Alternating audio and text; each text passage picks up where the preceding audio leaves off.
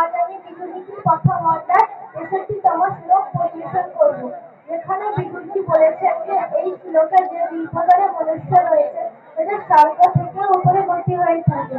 শ্লোক হচ্ছে দাইম পুরুষ রাজন স্বর্গস্পরিতিষ্ঠতঃ প্রভুশ্চ সময়া যুক্ত দারিদ্র্যশ্চ প্রদান। অর্থাৎ বিদুরজি ধৃতরাষ্ট্রকে সম্মানিত করে বলেছেন যে এ রাজা, এই শ্লোকে যে দুই প্রকারের মনুষ্য রয়েছে স্বর্গ থেকে উপরে গতি হয়ে থাকে। প্রথম প্রকারের মনুষ্য প্রভুশ্চ সময়া যুক্ত, অর্থাৎ শক্তিশালী হও, সামর্থ্য হও, কিন্তু যারা ক্ষমাযুক্ত গুণে থাকে।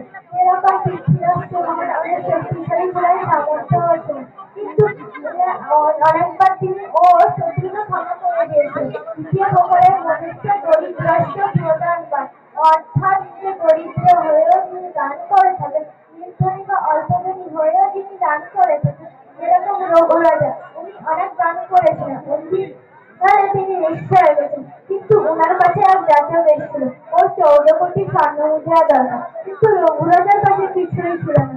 তাই তিনি কুবেরের ওপর আক্রমণ করেন। কুবের স্বর্ণমুদ্রার বৃষ্টি করেন, সেই সব স্বর্ণমুদ্রা দান করেন যাচককে